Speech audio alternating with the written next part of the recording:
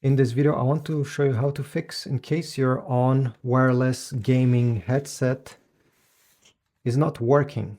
If you don't get any sound, what should you do? Well, first of all, some people think these are Bluetooth. These are not Bluetooth. You absolutely need to connect this dongle to your computer or phone if you want to hear anything or if you want the mic to work.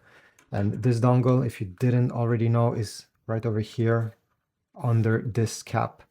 This is where it comes originally.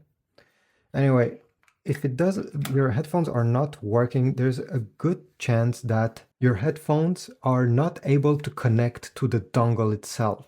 So what I suggest is, well, make sure they are fully charged. So go ahead, charge them a few hours just to make sure. Connect this dongle in your computer. Turn them on by pressing the power button. You're going to hear it turn on. And then if they're not connecting to the dongle, the LED light right over here will be flashing blue. At this point, you need to keep press the mic button, okay, during a second or two, and this will put them into pairing mode. So they will be searching for any dongles that are connected. So that's a manual way of doing it. So after doing this, fortunately, they will find the dongle and everything will work and you will get the sound.